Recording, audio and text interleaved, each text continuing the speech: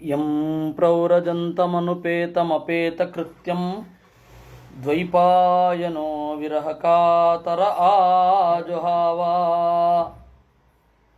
ಪುತ್ರ ಇತಿ ತನ್ಮಯತಯಾ ತರವೋಪಿ ನೇದುಃ ತಂ ಸರ್ವಭೂತಹೃದಯಂ ಮುನಿಮಾನತೋಸ್ಮಿ ಯಸ್ಯಾನುಭಾವಮಖಿಲಶ್ರುತಿಸಾರಮೇಕಂ ಅಧ್ಯಾತ್ಮದೀಪಮತಿತಿತೀರ್ಷತಾಂ ತಮೋಂಧಂ ಸಂಸಾರಿಣಾಂ ಕರುಣಯಾಃ ಪುರಾಣಗುಹ್ಯಂ ತಂ ವ್ಯಾಸಸೂನುಮುಪಯಾಮಿ ಗುರುಂ ಮುನೀನಾಂ ನಾರಾಯಣಂ ನಮಸ್ಕೃತ್ಯ ನರಂ ಚೈವ ನರೋತ್ತಮಂ ದೇವೀಂ ಸರಸ್ವತೀಂ ವ್ಯಾಸಂ ತತೋ ಗ್ರಂಥಮುದೀರಯೇ ಮಾತರ್ಮೇ ಮಾತರಿಶ್ವನ್ನ ಪಿತರತುಲಗುರೋ ಭ್ರಾತರಿಷ್ಟಾಪ್ತಬಂಧೋ ಸ್ವಾಮಿನ್ ಸರ್ವಾಂತರಾತ್ಮನ್ ಅಜರಜರ ಇತರ್ಜನ್ಮ ಮೃತ್ಯಾಮಯಾನಾಂ ಗೋವಿಂದೇ ದೇಹಿ ಭಕ್ತಿಂ ಭವತಿ ಚ ಭಗವನ್ನೂರ್ಜಿತಾಂ ನಿರ್ನಿಮಿತ್ತಾಂ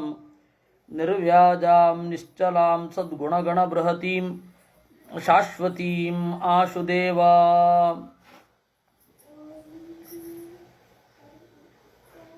ಗುಣೈರಲಮಸಂಖ್ಯೇಯೈಃ ಮಾಹಾತ್ಮ್ಯಂ ತಸ್ಯ ಸೂಚ್ಯತೆ ವಾಸುದೇವೇ ಭಗವತಿ ಯಸ್ಯ ನೈಸರ್ಗಿಕೀ ಮತಿಃ.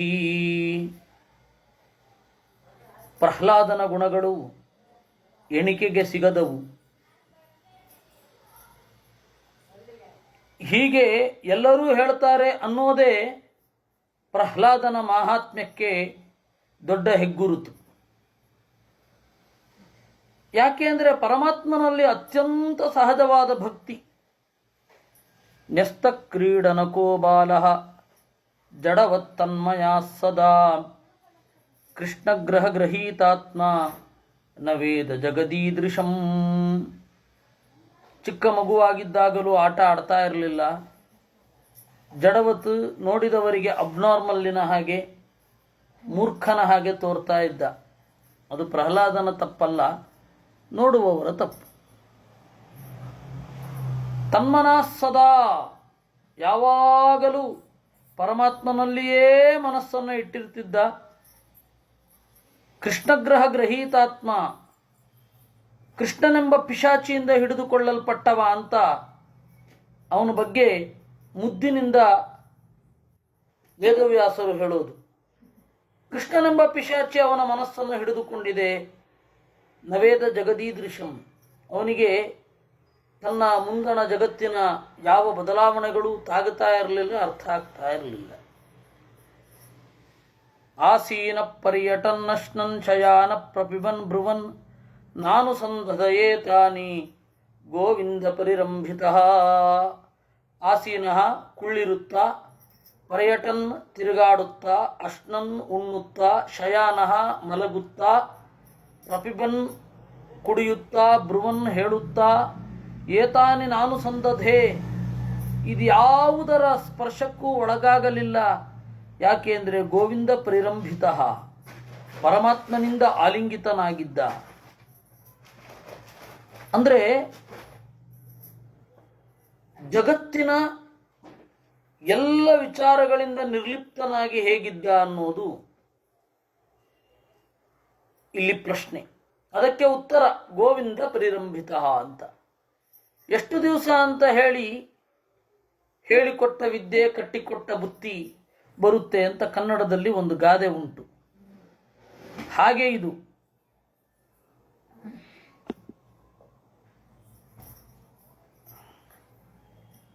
ಈ ತರಹದ ಯಾವ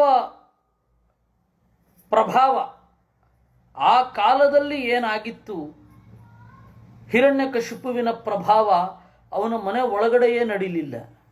ಅದು ಸೋಲು. ಅತ್ಯಂತ ದುಷ್ಟರ ಮನೆಯಲ್ಲಿ ಈ ತರಹದ ಒಬ್ಬ ಶಿಷ್ಟ ಇತ್ತು ಅಂದರೆ ಆ ದುಷ್ಟನಿಗೆ ಎಂತಹ ಮನಸ್ಸಂಕಟ ಗೊತ್ತುಂಟಾ ನೋಡಿ ನೀವು. ಬಹಳ ನಾಸ್ತಿಕತೆಯನ್ನು ಪ್ರತಿಪಾದನೆ ಮಾಡುವವನ ಹೆಂಡತಿ ಆಸ್ತಿಕಳಾಗಿರ್ತಾಳೆ. ಬಹಳ ಕಷ್ಟ ಅದು. ಬಹಳ ಆಸ್ತಿಕನಾಗಿರುವ ತಂದೆಯ ಮಕ್ಕಳು ನಾಸ್ತಿಕರಾಗಿರ್ತಾರೆ. ಕಷ್ಟ. ಆ ತರಹದ ಒಂದು ತಿಕ್ಕಾಟವನ್ನು ದೇವರು ಕೊಡ್ತಾನೋ ಏನೋ. ಕೆಲವೊಂದು ಕಡೆ ಕೊಡಲ್ಲ, ಅದು ಅವರ ಭಾಗ್ಯ. ಕೆಲವೊಂದು ಕಡೆ ಕೊಡ್ತಾರೆ. ಆ ಸಂದರ್ಭದಲ್ಲಿ ತನ್ನ ಅತ್ಯಂತ ಹತ್ತಿರದವರ ಉಪಟಳವನ್ನು, ಅತ್ಯಂತ ಹತ್ತಿರದವರ ವೈರುಧ್ಯವನ್ನು ಸಹಿಸುವ ಶಕ್ತಿಯನ್ನು ದೇವರು ಕೊಟ್ಟಿರ್ತಾನೆ. ಅತ್ಯಂತ ನಾಸ್ತಿಕನ ಮಗ ಒಬ್ಬ ಆಸ್ತಿಕನಾಗಿರ್ತಾನೆ, ಅತ್ಯಂತ ಆಸ್ತಿಕನ ಮಗ ಒಬ್ಬ ನಾಸ್ತಿಕ ಆಗಿರ್ತಾನೆ. ಆ ತರಹದ ವೈರುಧ್ಯಗಳು ಜಗತ್ತಿನಲ್ಲಿ ಎಲ್ಲ ಕಡೆ ಕಾಣುತ್ತವೆ. ಆದರೆ ಅದು ಸಾಮಾನ್ಯ ಅಂತ ಅಂದುಕೊಳ್ಬೇಡಿ. ಆದರೆ ಇದು ಅತ್ಯಂತ ಸ್ಪೆಷಲ್. ಇದು ಇಡೀ ಜಗತ್ರಯವನ್ನು ಅವನು ನಾಸ್ತಿಕತೆಯತ್ತ ಕೊಂಡೊಯ್ತಾ ಇದ್ದ, ಜಗತ್ತನ್ನು ತನ್ನ ಅಳವಿನಲ್ಲಿ ಇಟ್ಟುಕೊಂಡಿದ್ದ, ವೇದದ ಸಿದ್ಧಾಂತಕ್ಕೆ ವಿರುದ್ಧವಾಗಿ ಜಗತ್ತಿನ ನಡೆ ಸಾಗಬೇಕು ಅಂತ ಹೇಳಿ ಅವನು ಶಾಸನ ಮಾಡಿದ್ದ, ಪ್ರಯತ್ನ ಪಟ್ಟಿದ್ದ ಅಲ್ಲ. ಆದರೆ ಅಷ್ಟು ಹತ್ತಿರದ ಪರಿಸರ ಪ್ರಹ್ಲಾದನ ಬೆಳವಣಿಗೆಯಲ್ಲಿ ಪ್ರಭಾವ ಬೀರಲಿಲ್ಲ. ಕಾರಣ ಏನು ಅಂದರೆ ಒಳಗಡೆಯಿಂದ ದೇವರು ಎಂಬ ಒಂದು ಗ್ರಹ ಪಿಶಾಚ ಅವನನ್ನು ಆಕ್ರಮಿಸಿತ್ತು. ಅದಕ್ಕೆ ಕೃಷ್ಣಗ್ರಹ ಗ್ರಹೀತಾತ್ಮ ಮತ್ತು ಗೋವಿಂದ ಪರಿರಂಭಿತ ಅಂತ. ಹೊರಗಡೆಯಿಂದ ಏನು ಬಂದ್ರೇನು, ಒಳಗಡೆಯಿಂದ ಏನಿರುತ್ತೆ ಅದು ಪ್ರಬಲವಾಗಿದ್ದರೆ ಮುಗೀತು. ಕ್ವಚಿದ್ರೋದತಿ ಗೋವಿಂದ ಚಿಂತಾ ಚಂಚಲ ಚೇತನ ಕ್ವಚಿದ್ ಹಸತಿ ತಚ್ಚಿಂತಾಹ್ಲಾದ ಉದ್ಗಾಯತಿ ಕ್ವಚಿತ್. ಕ್ವಚಿದ್ರೋದಿತಿ, ಕೆಲವೊಮ್ಮೆ ದೇವರ ಕರುಣಾಳುತನವನ್ನು ನೆನೆದು ತಡೆಯಲಾಗದೆ ಅಳ್ತಾ ಇದ್ದಂತೆ. ಗೋವಿಂದ ಚಿಂತಾ ಚಂಚಲ ಚೇತನ, ದೇವರನ್ನು ನೆನಪಿಸಿಕೊಳ್ಳುತ್ತಾ ಅವನ ಧೃತಿ ಕುಸಿದು ಆ ದೇವರ ಕರುಣೆಯನ್ನು ನೆನೆದು ಅಳ್ತಾ ಇದ್ದ ಅವನು. ಕ್ವಚಿತ್ ಹಸತಿ ತಚ್ಚಿಂತಾಹ್ಲಾದ ಉದ್ಗಾಯತಿ ಕ್ವಚಿತ್, ಆ ದೇವರ ಚಿಂತನೆ ಬಂದಾಗ ಮನಸ್ಸಿಗೆ ಆದ ಸಂತೋಷದಿಂದ ಒಮ್ಮೊಮ್ಮೆ ನಗುತ್ತಾ ಇದ್ದಂತೆ. ಆ ಸಂತಸ ಜಾಸ್ತಿ ಆದಾಗ ಉದ್ಗಾಯತಿ ಕ್ವಚಿತ್, ಗಟ್ಟಿಯಾಗಿ ಹಾಡ್ತಾ ಇದ್ದ. ನದತಿ ಕ್ವಚಿತ್ ಉತ್ಕಂಠ ವಿಲಜ್ಜೋ ನೃತ್ಯತಿ ಕ್ವಚಿತ್ ಕ್ವಚಿತ್ ತದ್ಭಾವನಾಯುಕ್ತಸ್ತನ್ಮಯೋನು ಚಕಾರ. ನದತಿ ಕ್ವಚಿತ್ ಉತ್ಕಂಠ, ಕೆಲವೊಮ್ಮೆ ಉತ್ಕಂಠನಾಗಿ ಗರ್ಜನೆ ಮಾಡ್ತಾ ಇದ್ದ. ನದತಿ ಕ್ವಚಿತ್ ಉತ್ಕಂಠ ವಿಲಜ್ಜೋ ನೃತ್ಯತಿ ಕ್ವಚಿತ್, ನಾಚಿಕೆ ತರುವುದು ಕೆಲವೊಮ್ಮೆ ಕುಣಿತಾ ಇದ್ದ. ಕ್ವಚಿತ್ ತದ್ಭಾವನಾಯುಕ್ತ ತನ್ಮಯೋನು ಚಕಾರ, ಅವನ ಅವತಾರಗಳನ್ನು ಸ್ಮರಣೆ ಮಾಡ್ತಾ ದೇವರನ್ನು ಅನುಕರಿಸುವಂತಹ ನರ್ತನದ ವಿನ್ಯಾಸವನ್ನು ಮಾಡ್ತಾ ಇದ್ದ ಪ್ರಹ್ಲಾದ. ಕ್ವಚಿದುತ್ಪಳಕಸ್ತೂಷ್ಣೀಂ ಅಶೇಷ ಸ್ಪರ್ಶ ನಿಸ್ಪೃಹ ಅಸ್ಪಂದ ಪ್ರಾಣ ಆನಂದ ಸಲಿಲಾಮೀಲಿತೆ ಕ್ಷಣ.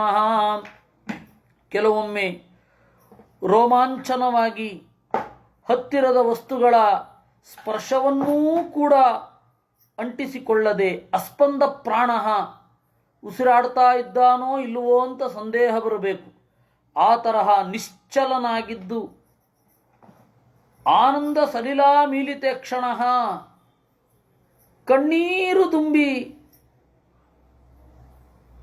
ಹಾಗೇ ಇದ್ದು ಬಿಡುತ್ತಿದ್ದ. ನೋಡಿದವರು ಇದು ಬದುಕಿದೆಯೋ ಸತ್ತಿದೆಯೋ ಅಂತ ಗೊತ್ತಾಗಬಾರದು, ಆ ತರಹ ಇದ್ದ. ಯ ಉತ್ತಮ ಶ್ಲೋಕ ಪದಾರವಿಂದಯೋರ್ನಿಷೇವಯ ಕಿಂಚನ ಸಂಗಲಬ್ಧಯ ತನ್ವನ್ಪರಾಂ ನಿರ್ವೃತಿಮಾತ್ಮನೋ ಮುಹುಃ ದುಸ್ಸಂಗದೀನ ಸ್ವಮನಸ್ಸಮಂ ವ್ಯಧಾತ್. ಈ ರೀತಿ ಪರಮಾತ್ಮನ ಅಡಿದಾವರೆಗಳಲ್ಲಿ ಭಕ್ತಿ ಮಾಡಿದ. ಆ ಭಕ್ತಿ ಎನ್ನುವುದು ಅಕಿಂಚನ ಸಂಗಲಬ್ಧಯ, ದೇವರಲ್ಲಿ ಭಕ್ತಿ, ಉಳಿದ ವಿಷಯ ಪದಾರ್ಥಗಳಲ್ಲಿ ವೈರಾಗ್ಯ, ಅದರಿಂದ ಹೊಂದಿದ ಭಕ್ತಿಯಿಂದ ಆನಂದವನ್ನು ಅನುಭವಿಸುತ್ತಾ ದುಸ್ಸಂಗದೀನಃ ಸ್ವಮನಸ್ಸಮಂ ವ್ಯಧಾತ್, ಸುತ್ತಮುತ್ತಲಿರುವವರೆಲ್ಲ ಮುಟ್ಟಾಳ್ರೆ, ಅವರ ನಟ್ಟ ನಡುವೆ ಒಬ್ಬ ಪರಮ ಭಾಗವತ ಪ್ರಹ್ಲಾದ ಸ್ವಮನಸ್ಸಮಂ ವ್ಯಧಾತ್, ತನ್ನ ಮನಸ್ಸನ್ನು ತಟಸ್ಥವಾಗಿ ಮಾಡಿಕೊಂಡ. ಅವರ ದೌರ್ಜನ್ಯವನ್ನು ಪ್ರತಿಭಟನೆ ಮಾಡಿ ನಿಲ್ಲಿಸಲಿಕ್ಕಾಗಲ್ಲ. ಹಾಗಂತ ಹೇಳಿ ಅವರ ದೌರ್ಜನ್ಯದಲ್ಲಿ ಭಾಗವಹಿಸಲಿಕ್ಕೂ ಆಗಲ್ಲ. ಈ ರೀತಿ ಪ್ರಹ್ಲಾದ ತನ್ನ ಮನಸ್ಸನ್ನು ಸಮವಾಗಿ ಮಾಡಿಕೊಂಡ ಅಂಥೇಳಿ ನಿಲ್ಲಿಸ್ಬಿಟ್ರು ಕಥೆ.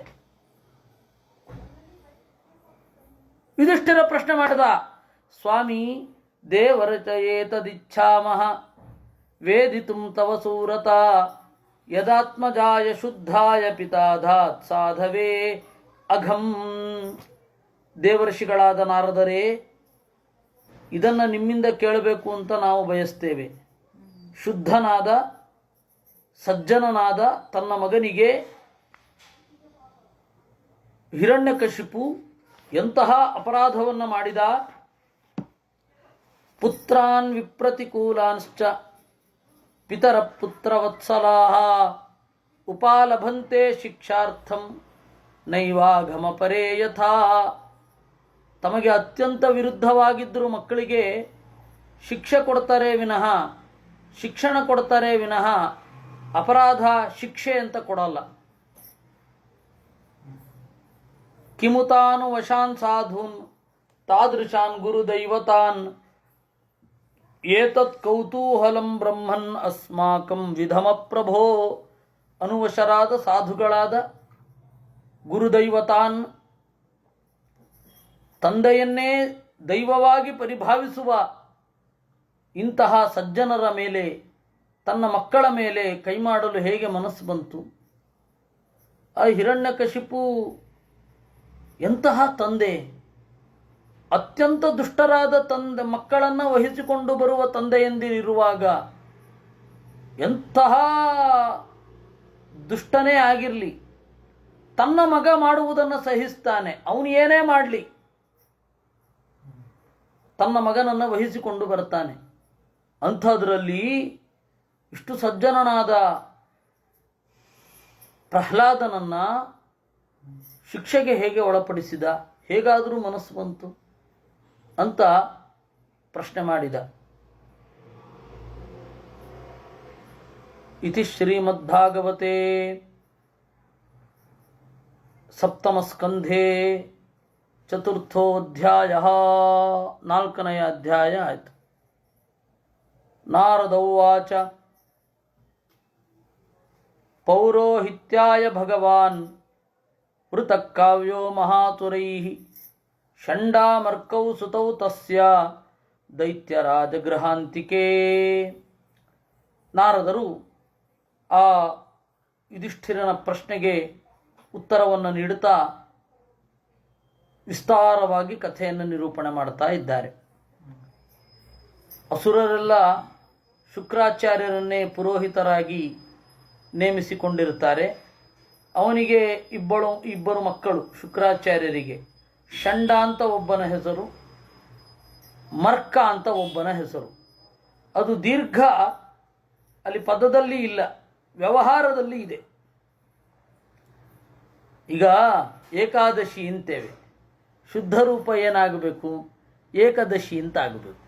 ಮತ್ತು ಏಕಾದಶಿ ಹೇಗಾಗತ್ತೆ? ದೀರ್ಘ ಹೇಗೆ ಬರುತ್ತೆ ಅಂತಂದರೆ ದ್ವಾದಶಿ ಅಂತ ಬಂತಲ್ಲ, ಅದು ಆಟೋಮೆಟಿಕ್ಲಿ ಏಕಾದಶಿ ಅಂತ ಬಂದ್ಬಿಡುತ್ತೆ. ಕೆಲವೊಂದು ಪದಗಳು ಜೋಡಿ ಪದಗಳಿರುವಾಗ ಅಲ್ಲಿ ದೀರ್ಘ ಅನ್ನೋದು ಸಹಜವಾಗಿ ಬಂದ್ಬಿಡುತ್ತೆ. ನೋಡಿ, ಮಿತ್ರ ವರುಣ ಇದ್ದ ಹಾಗೆ ಷಂಡ ಮರ್ಕ ಅಂತ. ಅವರು ಷಂಡ ಅಂತ ಒಬ್ಬ, ಮರ್ಕ ಅಂತ ಇನ್ನೊಬ್ಬ. ಅದು ಇಬ್ಬರು ಸೇರಿ ಷಂಡಾಮರ್ಕರಾಗಿ ಹೋದ್ರು. ಮಿತ್ರ ಅಂತ ಒಬ್ಬ, ವರುಣ ಅಂತ ಒಬ್ಬ.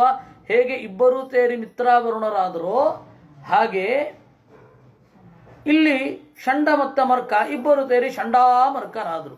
ವಸ್ತುತಃ ಈ ಷಂಡಾಮರ್ಕ ಅಂತನ್ನುವ ಪಾತ್ರವನ್ನು ಪ್ರಹ್ಲಾದನ ನಾಟಕ ಮಾಡಿಸುವವರು ಕಾಮಿಡಿ ಕ್ಯಾರೆಕ್ಟರ್ ಆಗಿ ಮಾಡಿಬಿಡ್ತಾರೆ. ವಸ್ತುತಃ ಹಾಗಿರ್ಲಿಕ್ಕೆ ಸಾಧ್ಯನಾ? ಒಂದು ಅರಮನೆ, ಒಂದು ರಾಜನ ಆಸ್ಥಾನದಲ್ಲಿ ಸುಮ್ಮನೆ ನಗಬೇಕು ಅಂತ. ಅದು ಯಾಕೆ ನಗಿಸ್ಬೇಕೋ ದೇವರಿಗೆ ಗೊತ್ತು. ತೌರಾಜ್ಞಾ ಪ್ರಾಪಿತಂ ಬಾಲಂ ಪ್ರಹ್ಲಾದಂ ನಯಕೋವಿದಂ ಪಾಠಯಾಮಾಸತು ಪಾಠ್ಯಾನ್ ಅನ್ಯಾನ್ಶ್ಚ ಅಸುರ ಬಾಲಕಾನ್. ಅವರು ರಾಜ ತನ್ನ ಮಗನನ್ನು ಪಾಠ ಮಾಡಲಿ, ತನ್ನ ಮಗನಿಗೆ ಪಾಠ ಮಾಡಲಿ ಅಂತ ಹೇಳಿ ಅವರಿಬ್ಬರನ್ನು ನೇಮಿಸಿದ್ದ, ಷಂಡ ಮತ್ತು ಮರ್ಕರನ್ನು. ಮತ್ತು ಪ್ರಹ್ಲಾದನ ಜೊತೆಗೆ ಪ್ರಹ್ಲಾದನ ವಯಸ್ಸಿನ ಒಂದು ಸ್ವಲ್ಪ ಹಿರಿಯರಾದ ಎಲ್ಲ ಬಾಲಕರು ಕೂಡ ಪಾಠ ಕೇಳಲಿಕ್ಕೆ ಅಂತ ಕೂಡ್ತಾ ಇದ್ರು. ಯತ್ತತ್ರ ಗುರುಣ ಪ್ರೋಕ್ತಂ ಶುಶ್ರುವೇನ ಪಾಠ ನ ಸಾಧು ಮನಸಾ ಮೇನೆ ಸ್ವರೂಪ ಸದ್ಗ್ರಹಾಶ್ರಯಂ. ಯತ್ತತ್ರ ಗುರುಣ ಪ್ರೋಕ್ತಂ, ಗುರುಗಳು ಹೇಳಿದ್ದನ್ನು ಕೇಳಿದ, ಆದರೆ ಒಳಗಡೆ ಅದನ್ನು ಅನುಸಂಧಾನ ಮಾಡಲಿಲ್ಲ.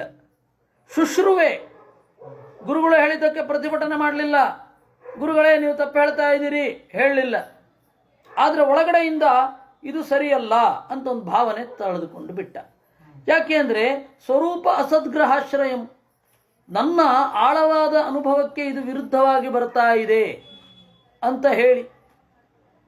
ವಸ್ತುತಃ ಪ್ರಹ್ಲಾದನ ಈ ಮಾತು ಕೇಳುವಾಗ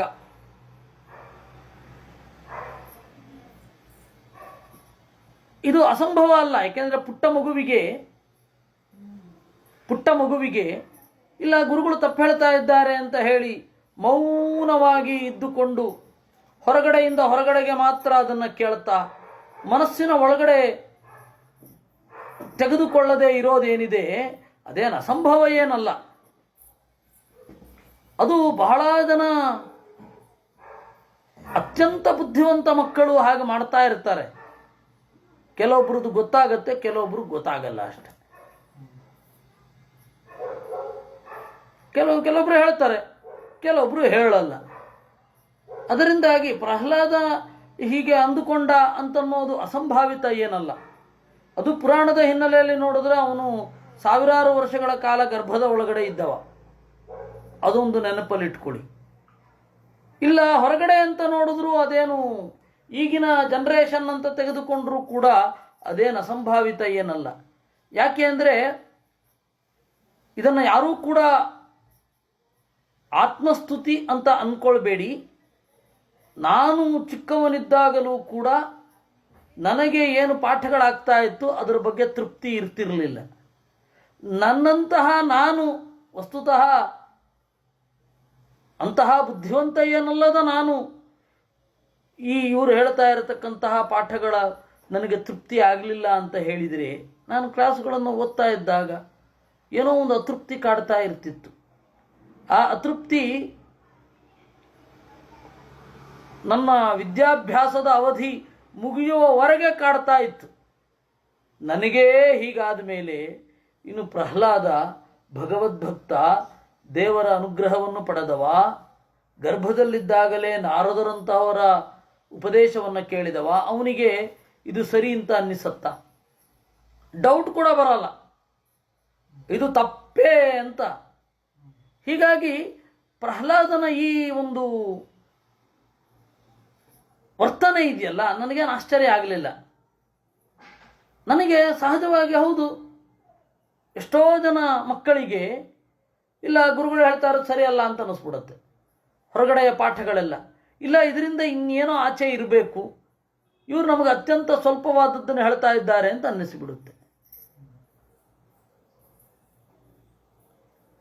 ಏಕದಾ ತುರರಾಟ್ ಪುತ್ರಂ ಅಂಕಮಾರೋಪ್ಯಲಾಳಯನ್ ಪಪ್ರಚ್ಛ ಕಥ್ಯತಾಂ ವತ್ಸ ಮನ್ಯತೆ ಸಾಧು ಯದ್ಭವಾನ್. ಅವಾಗ ಮಕ್ಕಳು ಬಂದು ಪೇರೆಂಟ್ಸ್ ಮೀಟಿಂಗು, ಆ ಪೇರೆಂಟ್ಸನ್ನು ಕರೆದು ಗುರುಕುಲದವರು, ನೋಡಿ ನಿಮ್ಮ ಮಗ ಹೀಗೆ ಮಾಡ್ತಾ ಇದ್ದಾನೆ, ಹಾಗೆ ಮಾಡ್ತಾ ಇದ್ದಾನೆ, ನೋಡಿ ಅವನನ್ನು ಮನೆ ಒಳಗಡೆನೆ ತಿದ್ದಿ, ಇಲ್ಲ ಅಂತಂದರೆ ನಾವಂತೂ ಜವಾಬ್ದಾರರಲ್ಲ, ಹೀಗೆಲ್ಲ ಏನು ಹೇಳ್ತಾ ಇರಲಿಲ್ಲ. ಮೊದಲ ಪೇರೆಂಟ್ ಮೀಟಿಂಗು ನಮಗೆ ಕಾಣೋದು ಹಿರಣ್ಯಕಶಿಪುವಿನಲ್ಲಿ. ಕರೆದು ಕೇಳಿದ ಅಂತೆ,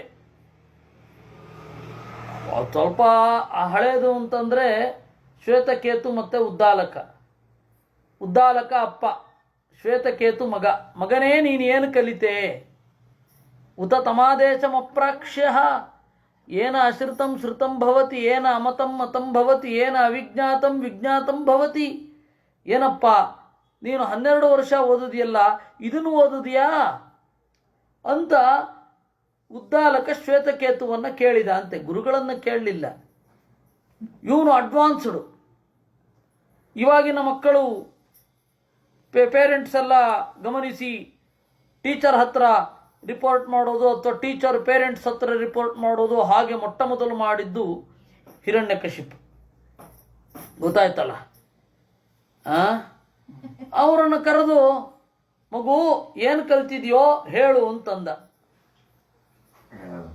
ಆಗ ಅವನು ಹೇಳಿದ, ತತ್ಸಾಧು ಮನ್ಯೇ ಸುರವರಿಯ ದೇಹಿನಾಂ ಸದಾ ತಮುದ್ವಿಗ್ನ ಧಿಯಾಂ ಅಸದ್ಗ್ರಹಾತ್ ಹಿತ್ವಾತ್ಮ ಪಾತಂ ಗೃಹಮಂಧಕೂಪಂ ವನಂ ಗತೋ ಯದ್ಧರಿಮಾಶ್ರಯೇತ.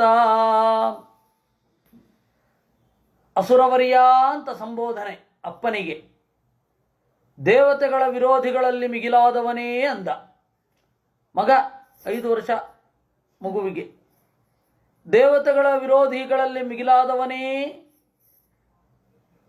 ದೇಹಿನಾಂ ಸಮುದ್ವಿಗ್ನ ಧಿಯಾಂ ಅಸದ್ಗ್ರಹಾತ್, ತಪ್ಪು ತಿಳುವಳಿಕೆಯಿಂದ ವಿಪರೀತ ಟೆನ್ಷನ್ಗೆ ಒಳಗಾಗಿರುವ ಜೀವರಿಗೆ ನೆಮ್ಮದಿ ನೀಡೋದು ಯಾವುದು ಗೊತ್ತಾ? ಮನೆಯನ್ನು ಬಿಡಬೇಕು, ಕಾಡಿಗೆ ಹೋಗಬೇಕು, ದೇವರನ್ನು ಆಶ್ರಯಿಸಬೇಕು. ವನಂಗತಃ ಅಂತಂದರೆ ಕಾಡಿಗೆ ಹೋಗಬೇಕು ಅಂತನ್ನೋ ಅರ್ಥಕ್ಕಿಂತ, ಕಾಡಿಗೆ ಹೋದರೆ ಯಾವ ರೀತಿ ನಾವು ನಾಗರಿಕ ಸವಲತ್ತುಗಳನ್ನು ಬಯಸುವುದಿಲ್ಲವೋ ಆ ರೀತಿ ಬಯಸದಂತೆ ಇರಬೇಕು ಅಂತ. ವನಂಗತಃ ಅಂದರೆ ಕಾಡಿಗೆ ಹೋಗು ಅಂತ ಅರ್ಥ ಅಲ್ಲ. ಕಾಡಿಗೆ ಹೋಗಿ ರೆಸಾರ್ಟಲ್ಲಿ ಕೂತ್ಕೊಂಡ್ರೇನ್ರಿ ಪ್ರಯೋಜನ? ಕಾಡಿಗೆ ಹೋದ ಮೇಲೂ ಕೂಡ ನಾಡಿನ ಸವಲತ್ತುಗಳಿದ್ರೆ ಅದನ್ನು ಕಾಡು ಅಂತಾರೇನು? ನಾಡಿನಲ್ಲಿದ್ದು ನಾಡಿನ ಸವಲತ್ತುಗಳನ್ನು ಉಪೇಕ್ಷಿಸಿದ್ರೆ ಅದೇ ಕಾಡಿಗೆ ಹೋದ ಹಾಗೆ.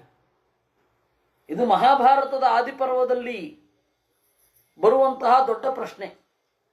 ಒಬ್ಬ ವನಕ್ಕೆ ಅಂತ ಬಂದು ನಾಡಿನ ಎಲ್ಲ ಸವಲತ್ತುಗಳನ್ನು ಪಡೆದುಕೊಂಡ್ರೆ ಏನು ಪ್ರಯೋಜನ? ಒಬ್ಬ ನಾಡಿಗೆ ಅಂತ ಬಂದು ಕಾಡಿನಲ್ಲಿ ಯಾವ ರೀತಿ ಹೆಚ್ಚು ಸವಲತ್ತುಗಳನ್ನು ಬಯಸದೇ ಇರ್ತೇವೋ ಆ ರೀತಿ ನಾಡಿನಲ್ಲಿದ್ದರೂ ಅದು ಕಾಡೆ. ಇದು ಮಹಾಭಾರತದ ಆದಿಪರ್ವದಲ್ಲಿ ಪ್ರತಿಪಾದ್ಯವಾದ ಅಂಶ. ಅದನ್ನೇ ನಾವು ಇಲ್ಲಿ ಇಟ್ಕೊಳ್ಬೇಕು. ಹೀಗಾಗಿ ವನಂಗತಃ ಅಂತನ್ನೋದು ನಿರ್ಲಿಪ್ತರಾಗಿ ಅಂತ. ಇವನೇ ವನಂ ಅನ್ನೋದಕ್ಕೆ ನಿರ್ಲಿಪ್ತನಾಗಿ ಅಂತಲೇ ಅರ್ಥ ಮಾಡ್ಕೋಬೇಕು. ವನಂಗತಃ ಕಾಡಿಗೆ ಹೋಗಿ ಅಂದರೆ ನಿರ್ಲಿಪ್ತನಾಗಿದ್ದು, ಹೆಚ್ಚು ಏನನ್ನು ಅಪೇಕ್ಷಿಸದೆ. ಕಾಡಿನಲ್ಲಿದ್ದವರು ಏನೋ ಸವಲತ್ತುಗಳನ್ನು ಬಯಸೋದಿಲ್ಲ, ಯಾರಿಂದ ಏನನ್ನು ಎಕ್ಸ್ಪೆಕ್ಟ್ ಮಾಡೋದಿಲ್ಲ. ಆ ತರಹ ಕಾಡಿನ ರೀತಿ ಇದ್ದು ಅಂತ ಇದು ಒಂದರ್ಥ. ಇನ್ನು ವನಂ ಅಂತಂದರೆ ವನಂ ಸಜ್ಜನ ಸಂದೋಹ ಅಂತ ಹೇಳಿ ಒಂದು ಕೋಶ ಉಂಟು. ವನ ಅಂತಂದರೆ ಸಜ್ಜನರ ಸಮೂಹ ಅಂತ. ಈ ರೀತಿ ನಿರ್ಲಿಪ್ತನಾಗಿರಲಿಕ್ಕೆ ಸಜ್ಜನರ ಸಮೂಹ ತಾನೇ ಕಾರಣ. ಸಜ್ಜನರು ಹೇಳ್ಕೊಡ್ತಾರೆ, ನೀನು ಇಲ್ಲಿ ಹೇಗಿರಬೇಕು, ಜೀವನದಲ್ಲಿ ಯಾವ ರೀತಿ ಇದ್ದು ದೇವರನ್ನು ಕಾಣಬೇಕು ಅಂತ. ಅದರಿಂದಾಗಿ ವನಂ ಅಂತಂದರೆ ಸಜ್ಜನ ಸಮೂಹ ಅಂತನೂ ಅರ್ಥ. ವಸ್ತುತಃ ತದ್ವನಂ ಇತ್ಯುಪಾಸಿತವ್ಯಂ ಅಂತ ಹೇಳಿ ಉಪನಿಷತ್ತು. ಅಲ್ಲಿ ವನಂ ಅಂತಂದರೆ ವನ ಸಂಭಕ್ತವು ಅಂದರೆ ಎಲ್ಲರಿಗೂ ಹಿತನಾಗಿರುವ ದೇವರು ಅಂತ ಅರ್ಥ. ಈ ಯಾವ 3 ಅರ್ಥವನ್ನು ತೆಗೆದುಕೊಳ್ಳಬಹುದು. ಆದರೆ ವನಂಗತಃ ಯದ್ಧರಿಮಾಶ್ರಯೇತ ಅನ್ನೋದು ಭಾವನಾತ್ಮಕವಾಗಿ ನೋಡಿದಾಗ ಈ ಸ್ಪಿರಿಟ್ ಬರುತ್ತೆ. ಯಾಕೆಂದರೆ ಪ್ರಹ್ಲಾದನೇ ಕಾಡಿಗೆ ಹೋಗಲಿಲ್ಲ, ಮತ್ತೆ ನಾಡಿನಲ್ಲಿದ್ದ, ನಾಡಿನ ಯಾವ ಸವಲತ್ತುಗಳನ್ನು ಬಯಸಲಿಲ್ಲ. ಹೀಗಾಗಿ ಅವನ ಅನುಭವದ ಹಿನ್ನೆಲೆಯಲ್ಲಿ ನೀವು ಚಿಂತನೆ ಮಾಡಿದರೆ ವನಂಗತಃ ಅನ್ನೋದಕ್ಕೆ ಹೀಗರ್ಥ. ವನಂಗತಃ ಹರಿಂ ಆಶ್ರಯೇತ, ಪರಮಾತ್ಮನನ್ನ ಆಶ್ರಯಿಸಬೇಕು. ಹಿತ್ವಾತ್ಮಪಾತಂ ಗೃಹಮಂಧಕೂಪಂ, ತನ್ನ ಪತನಕ್ಕೆ ಕಾರಣವಾಗಿರುವ ಈ ಅಸದ್ಗ್ರಹ, ಅಜ್ಞಾನ ಇತ್ಯಾದಿಗಳನ್ನು ತೊರೆದು ಪರಮಾತ್ಮನನ್ನು ಆಶ್ರಯಿಸಬೇಕು. ಕಾಡಿಗೆ ಹೋಗಿ ಪರಮಾತ್ಮನನ್ನು ಆಶ್ರಯಿಸಬೇಕು ಅನ್ನೋದಕ್ಕೆ ಸಜ್ಜನರ ಸಮೂಹ ಅಂತ ಅರ್ಥ. ಆ ದೇವರನ್ನು ಹೊಂದಬಲ್ಲ ಮನಸ್ಥಿತಿ ಕಾಡಿನಲ್ಲಿ ಇರುವಾಗ ಯಾವುದನ್ನು ಬಯಸುವುದಿಲ್ಲ. ಹೇಗೋ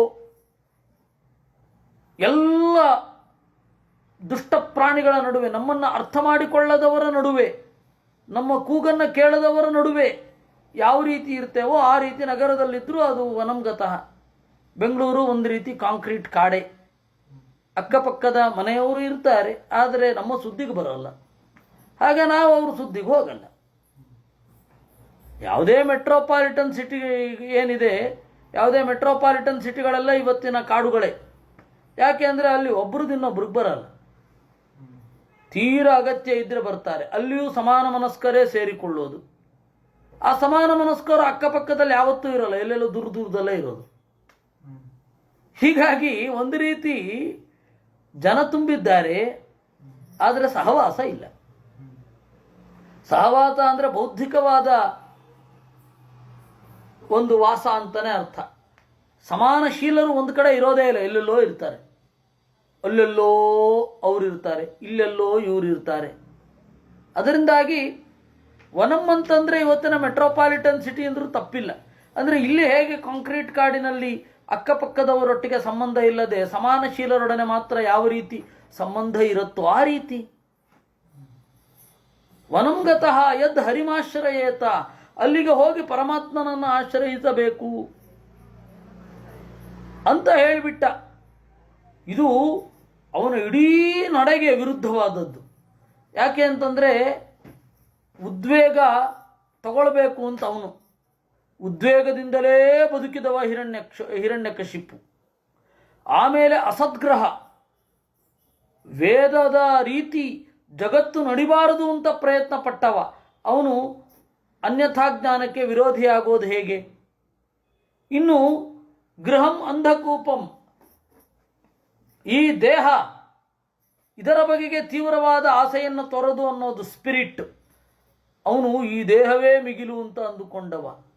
ಈ ದೇಹದ ಸಾವು ಬರಬಾರದು ಅಂತ ಹೇಳಿ ಪ್ರಯತ್ನಿಸಿದವ. ಅದಕ್ಕಾಗಿ ಬ್ರಹ್ಮನಾಗಬೇಕು ಅಂತ ಹೊರಟವ. ಅಂಥವನು ಈ ಮಾತನ್ನು ಸಹಿಸೋದು ಹೇಗೆ? ಈ ಎಲ್ಲ ಅಂಶಗಳು ಕೂಡ ಪ್ರಹ್ಲಾದನ ಚಿಂತನೆಯಲ್ಲಿ ಉಲ್ಟ. ಜಗತ್ತೆಲ್ಲ ಯಾರ ಅಣತಿಯನ್ನು ಹಿಡಿದು ನಡೀತಾ ಇದೆಯೋ ಅಂತಹವನನ್ನ ಮನೆಯಲ್ಲಿಯೇ ಒಂದು ವಿರೋಧ ಉದ್ಭವ ಆದ್ರೆ ಗತಿ ಏನು?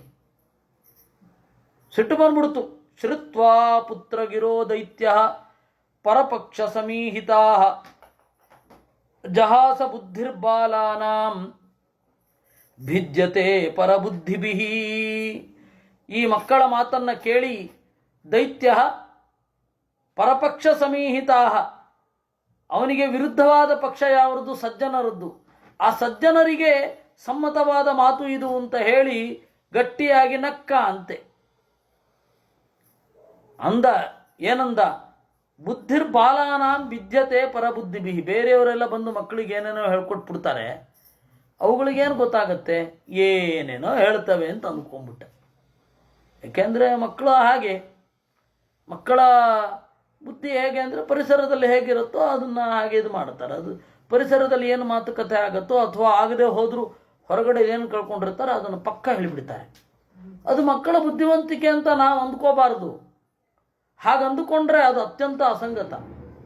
ಅದು ಮಕ್ಕಳ ಬುದ್ಧಿವಂತಿಕೆ, ಅವರು ಬುದ್ಧಿಪೂರ್ವಕವಾಗಿ ಹೇಳಿರ್ತಾರೆ ಯಾವತ್ತಾದರೂ.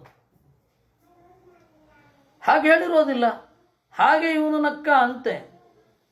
ಪರಬುದ್ಧಿಭಿ ಭಿದ್ಯತೆ, ಬೇರೆಯವರು ಏನೋ ಬಂದು ಹೇಳ್ಕೊಡ್ತಾರೆ, ಅವ್ರು ಹೇಳಿದ್ದನ್ನು ಮಕ್ಕಳು ಕೇಳ್ತಾರೆ. ಸಮ್ಯಕ್ ವಿಧಾರ್ಯತಾಂ ಬಾಲಃ ಗುರುಗೇಹೇ ದ್ವಿಜಾತಿಭಿ ವಿಷ್ಣುಪಕ್ಷ ಪ್ರತಿಚ್ಛಿನ್ನೈ ಭಿದ್ಯತೆ ನಾಸ್ಯ ಧೀರ್ಯಥಾ. ಬ್ರಾಹ್ಮಣರು ಇನ್ಮೇಲೆ ಚೆನ್ನಾಗಿ ನೋಡ್ಕೊಳ್ಬೇಕು ನಮ್ಮ ಹುಡುಗನನ್ನು. ದೈತ್ಯರ ಹಾಗೆ ವೇಷ ಹಾಕಿಕೊಂಡು ಬಂದು ಮಕ್ಕಳಿಗೆ ನಿಧಾನವಾಗಿ ವಿಷವನ್ನು ಉಣ್ಣಿಸುತ್ತಾರೆ. ಹಾಗಾಗದಂತೆ ಸ್ಕೂಲ್ನವ್ರು ನೋಡ್ಕೋಬೇಕು ಅಂದ. ಗೃಹಮಾಗತ ಮಾಹೂಯ ಪ್ರಹ್ಲಾದಂ ದೈತ್ಯಯಾಜಕಾ ಪ್ರಶಸ್ಯಶ್ಲಕ್ಷ್ಣಯಾ ವಾಚ ಸಮಪೃಚ್ಛಂತ ಸಾಮಭಿ. ಇದು ಅವ್ರ ಗುರುಗಳಿಗೆ ಗೊತ್ತಾಯಿತು, ಪ್ರಹ್ಲಾದನ ಗುರುಗಳಿಗೆ ಗೊತ್ತಾಯಿತು. ಮನೆಗೆ ಬಂದಾಗ ಅಂದರೆ ಗುರುಕುಲವಾಸಕ್ಕೆ ಅಂತ ಮತ್ತೆ ಹೋದ. ದೈತ್ಯ ಯಾಜಕಾಹ ಷಂಡ ಮತ್ತೆ ಮರ್ಕರು ಪ್ರಶಸ್ಯ ಶ್ಲಕ್ಷ್ಣಯ ವಾಚ, ಇಂಪಾದ ಮಾತಿನಿಂದ ಅವನನ್ನು ಹೊಗಳಿ ಸಾಮಭೀಹಿ ಸಮಪೃಚ್ಛಂತ, ಸಾಂತ್ವನದ ಮಾತುಗಳಿಂದ ನುಡಿದರು. ವತ್ಸ ಪ್ರಹ್ಲಾದ ಭದ್ರಂತೆ ಸತ್ಯಂ ಕಥಯ ಮಾಮೃತ ಮಾಮೃಷಾ ಬಾಲಾನತಿ ಕುತಸ್ತುಭ್ಯಂ ಏಷ ಬುದ್ಧಿ ವಿಪರ್ಯಯ. ಮೆಲ್ಲಗೆ ಕರೆದು ಹೇಳಿದರು, ಮಗು ವತ್ಸ ಪ್ರಹ್ಲಾದ ತೇ ಭದ್ರಂ, ನಿನಗೆ ಒಳ್ಳೇದಾಗಲಪ್ಪ, ಆದರೆ ಸತ್ಯಂ ಕಥಯ, ದಿಟವಾಗಿ ನುಡಿ. ಮಾಮೃಷ, ಸುಳ್ಳು ಹೇಳಬೇಡ. ಬಾಲಾನತಿ ಕುತಃ ತುಭ್ಯಂ, ನಿನ್ನ ಬುದ್ಧಿ ಎಲ್ಲ ಸಾಮಾನ್ಯ ಬಾಲಕರ ಬುದ್ಧಿಯನ್ನು ಆಚೆ ದಾಟಿ ಯಾವ ರೀತಿ ತೊಡಗುತ್ತಾ ಇದೆ ಹೇಳು ನನಗೆ. ಯಾಕೆಂದರೆ ಜನಸಾಮಾನ್ಯರ ಮಕ್ಕಳು ಯಾವ ರೀತಿ ಬುದ್ಧಿಯಲ್ಲಿ ಹೋಗ್ತಾರೆ ಆ ತರಹ ನಿನಗಿಲ್ಲ. ಸಾಮಾನ್ಯ ಬಾಲಕರಿಗೆ ಈ ವಿಮರ್ಶಾತ್ಮಕವಾದ ಬುದ್ಧಿ ಬರೋದಿಲ್ಲ. ನಿನಗೆ ಹೇಗೆ ಬಂತು? ಅವರಿಗೆ ಇದು ಯಾವುದು ಬೇಡ ಅಂತ ಅನ್ನಿಸೋಲ್ಲ. ನಿನಗೆ ವೈರಾಗ್ಯ, ಜ್ಞಾನ, ಇದರ ಇತಿಮಿತಿಯ ಅರಿವು ಎಲ್ಲ ಹೇಗೆ ಬಂತು? ಅದು ನನಗೆ ಹೇಳಬೇಕು.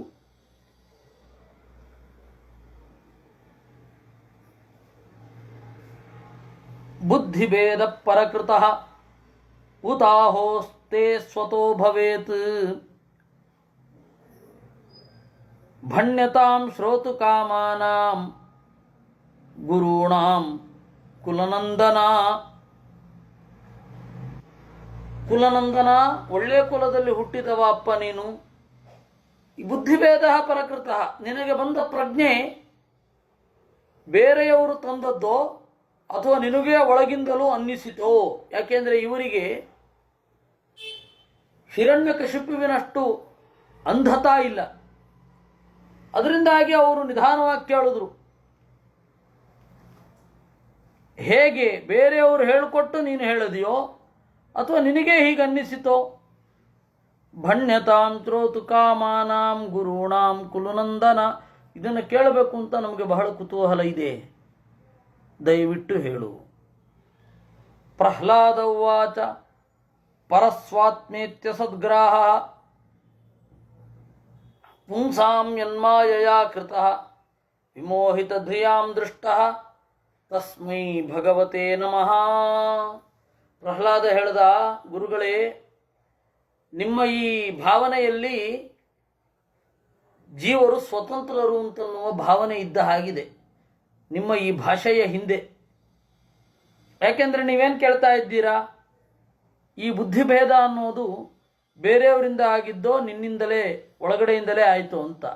ಅಂದರೆ ಸ್ವತಂತ್ರರಾದ ಬೇರೆಯವರಿದ್ದಾರೆ ಅಥವಾ ಈ ಬುದ್ಧಿಯನ್ನು ತಂದುಕೊಳ್ಳಿಕ್ಕೆ ನಾನೇ ಸ್ವತಂತ್ರನಿದ್ದೇನೆ ಅಂತ ನೀವು ಭಾವಿಸಿರುವ ಹಾಗಿದೆ. ಸ್ವಾತಂತ್ರ್ಯ ಎಲ್ಲಿದೆ? ಅಬ್ಸಲ್ಯೂಟ್ ಫ್ರೀಡಮ್ ಅಂತ ಯಾರಿಗೂ ಇಲ್ವೇ ಇಲ್ಲ.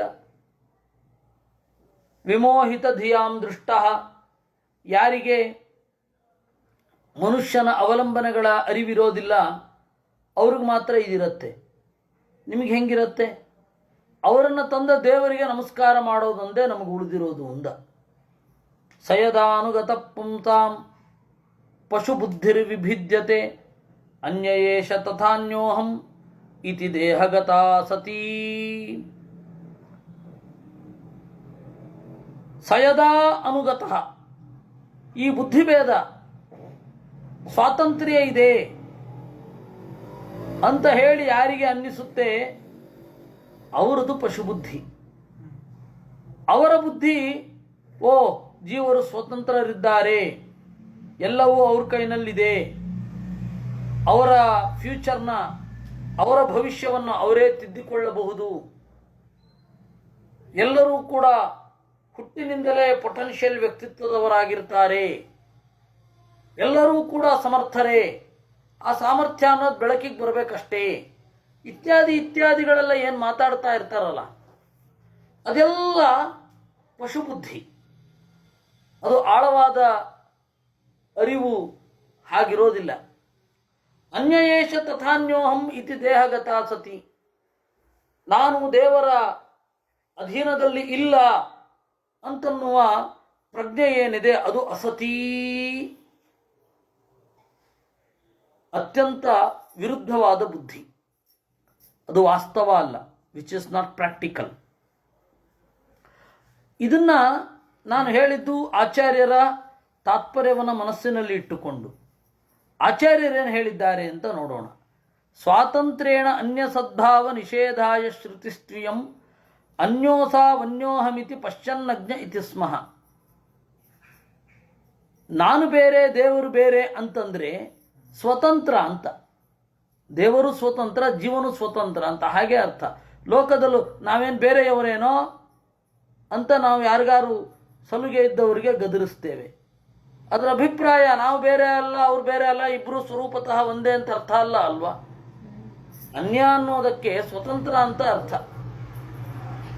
ಅಥವಾ ಅನ್ಯ ಅನ್ನೋದಕ್ಕೆ ನಾವು ಸ್ನೇಹದಿಂದ ಇಲ್ಲ ಅಂತ ಅರ್ಥ. ನಾವು ಬೇರೆಯವರ, ನಾವೇನು ಬೇರೆಯವರ, ನಮ್ಮ ಹತ್ರ ಹೇಳಲಿಕ್ಕೇನಾಗಿತ್ತು ಅಂತ ನಾವು ಕೇಳ್ತೀವಿ ನೋಡಿ. ಕನ್ನಡದಲ್ಲಿ ಹಾಗೇ ಇಳಿದು ಬಂದಿದೆ, ನಾವೇನು ಬೇರೆಯವರೇ. ಈ ನುಡಿಗಟ್ಟು ಬೇರೆ ಭಾಷೆಯಲ್ಲಿ ಇಲ್ಲ. ಅಂದರೆ ನಾನು ಹೇಳ್ತಾ ಇರೋದು ಇಂಗ್ಲಿಷ್ ಮೊದಲಾದ ಭಾಷೆಗಳಲ್ಲಿ. ಅಂದರೆ ಅನ್ಯ, ಬೇರೆಯವರು ಅನ್ನೋದಕ್ಕೆ ಏನರ್ಥ? ಸ್ವತಂತ್ರ ಅಂತ. ಅವ್ರ್ಯಾರೋ, ಅವ್ರು ಬೇರೆ, ಅವ್ರು ಬೇರೆ ಬಿಡಿ, ಅವ್ರು ನಮ್ಮವರಲ್ಲ ಅಂತೇವೆ. ಅಲ್ಲಿ ಬೇರೆ ಅಂತಂದರೆ ನಮ್ಮ ಇಚ್ಛೆಗೆ, ನಮ್ಮ ಕೂಟಕ್ಕೆ, ನಮ್ಮ ಒಪ್ಪಂದಕ್ಕೆ, ನಮ್ಮ ಗುಂಪಿಗೆ ಒಳಪಟ್ಟಿಲ್ಲ ಅಂತಲೇ ಅರ್ಥ. ವೇದ ಇರೋದು ಅದೇ ಸ್ಪಿರಿಟ್ಟಿನಲ್ಲಿ. ಅನ್ಯೋಸೌ ಅನ್ಯೋಹಮಿತಿಯೋ ವೇದ ಸ ಪಶುಹು ಅಂತ. ಅವನು ಬೇರೆ ನಾನು ಬೇರೆ ಅಂತ ತಿಳಿದವನು ಪಶು. ಅಂದರೆ ದೇವರು ಸ್ವತಂತ್ರ, ಆದರೆ ದೇವರ ವಶದಲ್ಲಿ ನಾನಿಲ್ಲ, ನಾನು ನನ್ನ ರೀತಿಯಲ್ಲಿ ಇರ್ತೇನೆ ಅಂತನ್ನೋದು ಅದು ಅಲ್ಲಿ ಇರುವಂಥದ್ದು. ಹೀಗಾಗಿ ಅದರದ್ದೇ ಅಭಿಪ್ರಾಯ.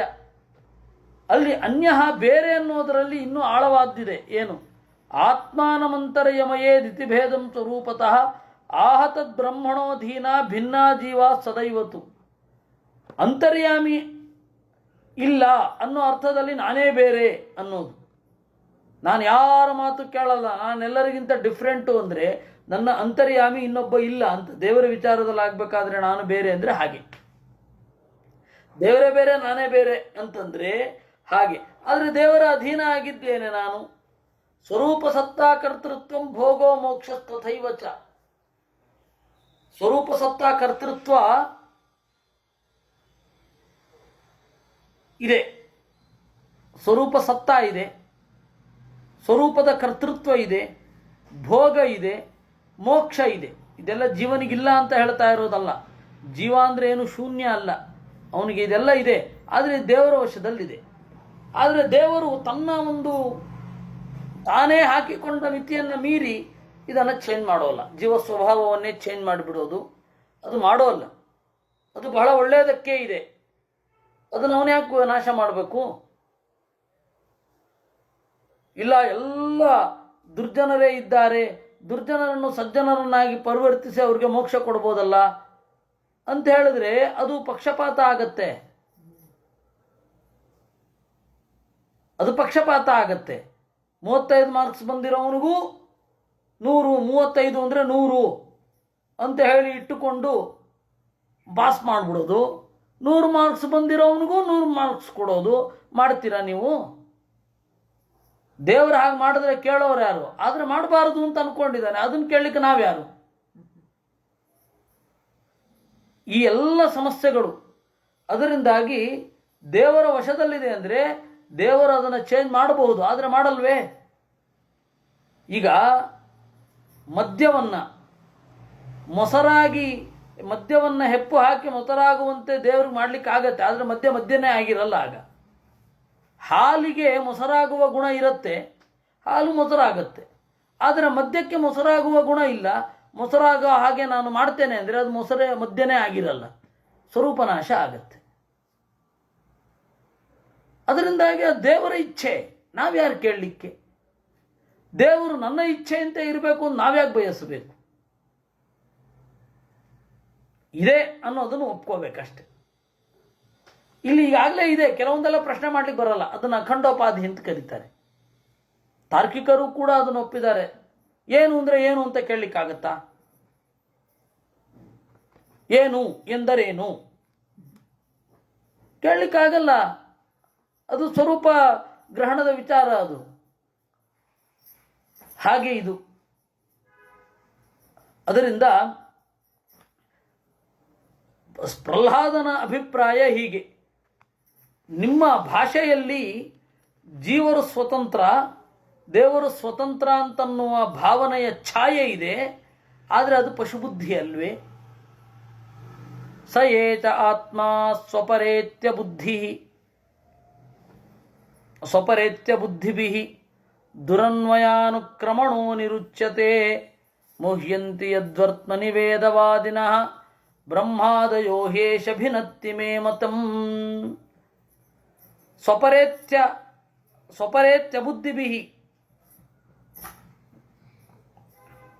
ದೇವರು ಬೇರೆ ನಾನು ಬೇರೆ ಅಂದರೆ ದೇವರ ವಶದಲ್ಲಿ ನಾನಿಲ್ಲ ಅಂತ ಯಾರಿಗೆ ಭ್ರಮೆ ಇಲ್ಲವೋ ಅವರಿಂದ ಕೊಂಡಾಡಲ್ಪಡುವ ದೇವರು ಏನಿದ್ದಾನೆ ಅವನು ನನ್ನ ಬುದ್ಧಿಯನ್ನು ಭೇದ ಮಾಡಿದ್ದಾನೆ. ಏನೀಗ? ಯಥಾ ಭ್ರಾಮ್ಯತ್ಯಯೋ ರಾಜನ್ ಸ್ವಯಮಾಕರ್ಷ ಸನ್ನಿಧೌ ತಥಾ ಮೇ ಭಿದ್ಯತೆ ಚೇತಃ ಚಕ್ರಪಾಣೌ ಯದೃಚ್ಛಯ. ಯಥಾ ಹೇಗೆ ಅಯಃ ಕಬ್ಬಿಣವು ಸ್ವಯಂ ತಾನೇ ಆಕರ್ಷ ಸನ್ನಿಧೌ ಮ್ಯಾಗ್ನೆಟ್ಟಿನ ಹತ್ತಿರ, ಮ್ಯಾಗ್ನೆಟ್ ಅಯಸ್ಕಾಂತ, ಭ್ರಾಮ್ಯತಿ ತಿರುಗುತ್ತದೋ ತಥಾ ಹಾಗೆ ಮೇ ಬುದ್ಧಿ ನನ್ನ ಬುದ್ಧಿ ಯದೃಚ್ಛಯ ತನ್ನಿಂದ ತಾನೇ ಸಹಜವಾಗಿ ಚಕ್ರಪಾಣೌ ಭ್ರಾಮ್ಯತಿ ಪರಮಾತ್ಮನಲ್ಲಿ ತಿರುಗತ್ತೆ. ಅದರಿಂದಾಗಿ ಯಾರೂ ಕೂಡ ವೇಷ ಮರೆಸಿಕೊಂಡು ಬಂದು ನನಗೆ ಪಿತೂರಿ ಮಾಡಿಲ್ಲ, ನನ್ನನ್ನು ಕನ್ವರ್ಟ್ ಮಾಡಿಲ್ಲ. ಸಹಜವಾಗಿ ನನಗೆ ಪ್ರಜ್ಞೆ ಇದೆ. ನಾರದ ಉವಾಚ ಏತಾವದ್ ಬ್ರಾಹ್ಮಣಾಯೋಕ್ತ್ವಾ ವಿರರಾಮ ಮಹಾಮತಿ ತಂ ಸನ್ನಿರ್ಭತ್ಸ್ಯ ಕೃಪಿತಃ ಸುದೀನೋ ರಾಜಸೇವಕಃ. ಇಷ್ಟು ಆ ಬ್ರಾಹ್ಮಣರಿಗೆ ಹೇಳಿ ಸುಮ್ಮನೆ ಆದ. ಇನ್ನೇನು ಮಾಡಲಿಕ್ಕಾಗತ್ತೆ? ಪ್ರಹ್ಲಾದನನ್ನು ಒಂದಿಷ್ಟು ಬೈದರು. ಪಾಪ ಅವ್ರ ಬಗೆಗೂ ಯೋಚನೆ ಮಾಡಬೇಕಲ್ವೇ? ಸುದೀನಃ, ಸಂಬಳಕ್ಕೆ ಇದ್ದವರು, ರಾಜಸೇವಕರು, ಇನ್ನೇನು ಮಾಡಲಿಕ್ಕಾಗತ್ತೆ? ಸ್ವತಂತ್ರವಾಗಿ ಯೋಚನೆ ಮಾಡೋದೇ ತಪ್ಪು ಅಂತ ಹೇಳಿ ಬಂದುಬಿಟ್ರೆ ಗತಿ ಏನು? ಏತಾ ಆನೀಯತಾಮರೇ ವೇತ್ರಂ ಅಸ್ಮಾಕಮಯಶಸ್ಕೃತಃ ಕುಲಾಂಗಾರಸ್ಯ ದುರ್ಬುದ್ಧೇಃ ಚತುರ್ಥೋಸ್ಯೋದಿತೋ ದಮಃ. ಚತುರ್ಥ ಅಸ್ಯ ಉದಿತೋ ದಮಃ. ತರ್ರೋ ಇಲ್ಲಿ ಬೆತ್ತ, ಕುಲಾಂಗಾರ, ಕುಲಾಧಮ, ಒಳ್ಳೆ ಕುಲದಲ್ಲಿ ಹುಟ್ಟಿ ಕೆಟ್ಟ ಹೆಸರು ತರ್ತಾ ಇದ್ದಾನೆ ಅಂತ ಪ್ರಹ್ಲಾದನಿಗೆ ಕೊಟ್ಟ ಬಿರುದು. ಚತುರ್ಥ ದಮಃ ಅಸ್ಯ ಉದಿತ, ನಾಲ್ಕನೇ ದಾರಿಯನ್ನು ಅನುಸರಿಸೋಣ ಅಂದರೆ 2 ಬಾರಸೋಣ ಅಂತ. ದೈತೇಯ ಚಂದನವನೇ ಜಾತೋಯಂ ಕಂಟಕದ್ರುಮಃ ತನ್ಮೂಲ ಮೂಲ ಪರಶೋಃ ವಿಷ್ಣೋರ್ನಾಳಾಯಿತೋರ್ಭಕಃ.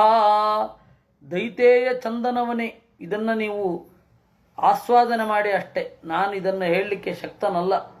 ದೈತೇಯ ಚಂದನವನೇ, ದೈತ್ಯರೆಂಬ ಗಂಧದ ಮರದಲ್ಲಿ ಮುಳ್ಳಿನ ಗಿಡದಂತೆ ಹುಟ್ಟಿದ್ದಾನೆ ಪ್ರಹ್ಲಾದ. ದೈತೇಯ ಚಂದನವನೇ ಜಾತೋಯಂ ಕಂಟಕದ್ರುಮಃ ತನ್ಮೂಲೋನ್ಮೂಲ ಪರಶೋಃ. ಈ ದೈತ್ಯರೆಂಬ ಗಂಧದ ಮರವನ್ನು ಕಡಿಯುವಂತಹ ಕೊಡಲಿ ಯಾರು? ನಾರಾಯಣ. ಆ ನಾರಾಯಣನಿಗೆ ಹಿಡಿಕೆಯಂತೆ ಇರುವವ ಈ ಪ್ರಹ್ಲಾದ. ನೋಡಿ, ಮರಗಳನ್ನು ಕಡೆಯಲಿಕ್ಕೆ ಕೊಡಲಿ ಬಳಸ್ತೇವೆ. ಆ ಕೊಡಲಿಗೆ ಹಿಡಿಕೆಯಾಗಿ ಕಟ್ಟಿಗೆನೇ ಇರುತ್ತೆ. ಒಬ್ಬ ಬಂದ, ಮರದ ಗೆಲ್ಲನ್ನು ಮುರಿದ, ಅದಕ್ಕೆ ಕೊಡಲಿಯನ್ನು ಸಿಗಿಸಿದ, ಅದೇ ಕೊಡಲಿಯಿಂದ ಮರವನ್ನು ಕಡಿದ. ಹಾಗೆ ಅರ್ಥ ಮಾಡ್ಕೊಳ್ಳಿ ನೀವು. ದೈತ್ಯರೆಂಬ ಗಂಧದ ಮರದಲ್ಲಿ ಇವನು ಮುಳ್ಳಿನ ಗಿಡ. ಇದು ಒಂದು. ಇನ್ನೊಂದು ತನ್ಮೂಲೋನ್ಮೂಲ ಪರಶೋಹೋ, ಆ ದೈತ್ಯರೆಂಬ ಗಂಧದ ಮರಗಳನ್ನು ಕಡಿಯುವ ಕೊಡಲಿಯಂತೆ ಇದ್ದಾನೆ ವಿಷ್ಣು. ಆ ಬರೇ ಕೊಡಲಿ ಏನು ಮಾಡುತ್ತೆ, ಕೊಡಲಿ ಇಟ್ಕೊಂಡು ಕೆತ್ತಲಿಕ್ಕೆ ಆತ, ಕೊಡಲಿಗೊಂದು ಹಿಡಿಕೆ ಬೇಕು. ಆ ಕೊಡಲಿಯ ಹಿಡಿಕೆಯಂತೆ ಇದ್ದಾನೆ ಪ್ರಹ್ಲಾದ ಅಂತ. ನೋಡಿದ್ರ ಹೇಗಿದೆ? ಇತಿತಂ ವಿವಿಧೋಪಾಯೈ ಭೀಷಯಂತರ್ಜನಾದಿಭಿ ಪ್ರಹ್ಲಾದಂ ಗ್ರಾಹಯಾಮಾತ ತ್ರಿವರ್ಗಸ್ಯೋಪಪಾದನಂ. ಈ ರೀತಿಯಾಗಿ ವಿವಿಧೋಪಾಯೈ, ಥರಥರದ ಉಪಾಯಗಳಿಂದ, ತರ್ಜನಾದಿಭಿ, ಬೈಗುಳ ಮೊದಲಾದವುಗಳಿಂದ, ಹೇಳೋದಷ್ಟೇ, ಹೊಡಿಲಿಕ್ಕೂ ಧೈರ್ಯ ಇಲ್ಲ ಅವ್ರಿಗೆ. ಬೈಗುಳವೇ ಮೊದಲಾದವುಗಳಿಂದ ಭೀಷೆಯನ್ನು ಹೆದರಿಸುತ್ತಾ ಪ್ರಹ್ಲಾದಂ ಗ್ರಾಹಯಾಮಾತ, ಪ್ರಹ್ಲಾದನಿಗೆ ತ್ರಿವರ್ಗಸ್ಯ ಉಪಪಾದನಂ, ಮಾರ್ಕೆಟಿಂಗ್ ಮೊದಲಾದವುಗಳನ್ನು ಪಾಠ ಮಾಡಿದರಂತೆ. ಧರ್ಮ, ಅರ್ಥ, ಕಾಮ, ಯಾವ ರೀತಿ ಧರ್ಮವನ್ನು ಆಚರಿಸಿ ಅರ್ಥವನ್ನು ಯಾವ ರೀತಿ ಪಡೆಯೋದು, ಕಾಮವನ್ನು ಯಾವ ರೀತಿ ಪೂರೈಸಿಕೊಳ್ಳೋದು, ಹೀಗೆ ಭಗವತ್ ತತ್ವ ಜಿಜ್ಞಾಸುವಿಗೆ ಎಕಾನಮಿ ಪಾಠ ಮಾಡಿ, ಮ್ಯಾನೇಜ್ಮೆಂಟ್ ಪಾಠ ಮಾಡಿ, ಅವನು ಒಳಗಡೆ ಹೆಂಗೆ ತಗೊಳ್ಬೇಕು ಸುಮ್ಮನೆ ಇದ್ದ. ತ್ರಿವರ್ಗಸ್ಯೋಪಪಾದನಂ ತತ ಏನಂ ಗುರುರ್ಜ್ಞಾತ್ವಾ ಜ್ಞಾತಜ್ಞೇಯ ಚತುಷ್ಟಯಂ ದೈತ್ಯೇಂದ್ರಂ ದರ್ಶಯಾಮಾತ ಮಾತೃಮೃಷ್ಟಮಲಂಕೃತಂ. ಇವನಿಗೆ ಗೊತ್ತಾಗಿದೆ ಅಂತ ಗೊತ್ತಾಯಿತು. ಏಕೆಂದರೆ ಪ್ರಹ್ಲಾದ ಅದನ್ನು ಗ್ರಹಿಸಲಿಲ್ಲ ಅಂತ ಹೇಳಿದ್ದಲ್ಲ, ಪ್ರಹ್ಲಾದ ಅದನ್ನು ಪಾಠನೇ ಕಲೀಲಿಲ್ಲ ಅಲ್ಲ. ಪ್ರಹ್ಲಾದ ಪಾಠ ಕಲಿತ, ಆದರೆ ಅದನ್ನು ಪರಮ ಅಂತ ಅಂದುಕೊಳ್ಳಿಲ್ಲ. ಎಲ್ಲರೂ ಸಾಮಾನ್ಯವಾಗಿ ಹೇಗೆ ಹೇಳ್ತಾರೆ ಅಂದರೆ, ಪ್ರಹ್ಲಾದ ಅದನ್ನು ಕಲೀಲೇ ಇಲ್ಲ. ಯಾರು ಹೇಳಿದ್ದು ಸ್ವಾಮಿ ಕಲೀಲಿಲ್ಲ ಅಂತ? ಕಲಿತಿದ್ದಾನೆ, ಆದರೆ ಅದು ಅಂತಿಮ ಅಂತ ಅಂದುಕೊಂಡಿಲ್ಲ. ತಾನು ಕಲಿತ ಲೌಕಿಕ ವಿದ್ಯೆಯ ಆಚೆ ದೇವರು ಅಂತ ಒಬ್ಬ ಇದ್ದಾನೆ ಅಂತ ಅವನು ಅರ್ಥ ಮಾಡ್ಕೊಂಡಿದ್ದಾನೆ. ವಿದ್ಯೆ ಕಲೀಲಿಲ್ಲ ಅಂತ ಅಲ್ಲಿ ಇಲ್ಲ. ವಿದ್ಯೆ ಕಲಿತಿದ್ದಾನೆ, ಅವನು ತಿಳ್ಕೊಂಡಿದ್ದಾನೆ ಅಂತ ಇವ್ರಿಗನ್ನಿಸಿತು ಗುರುಗಳಿಗೆ. ಅದೇನು ತಪ್ಪಲ್ಲ, ಅವನು ಗೊತ್ತಿದೆ. ಯಾಕೆಂದರೆ ಇಲ್ಲ ಅಂದರೆ ಅವನು ಲಕ್ಷಾಂತರ ವರ್ಷದಿಂದ ಪಾಲನೆ ಮಾಡ್ಕೊಂಡು ಬರ್ತಾನೆ ಇದ್ದಾನೆ. ದೈತ್ಯೇಂದ್ರಂ ದರ್ಶಯಾಮಾತ, ತಾಯಿ ಹತ್ರ ಕರ್ಕೊಂಡು ಹೋದ್ರು ಗುರುಗಳು.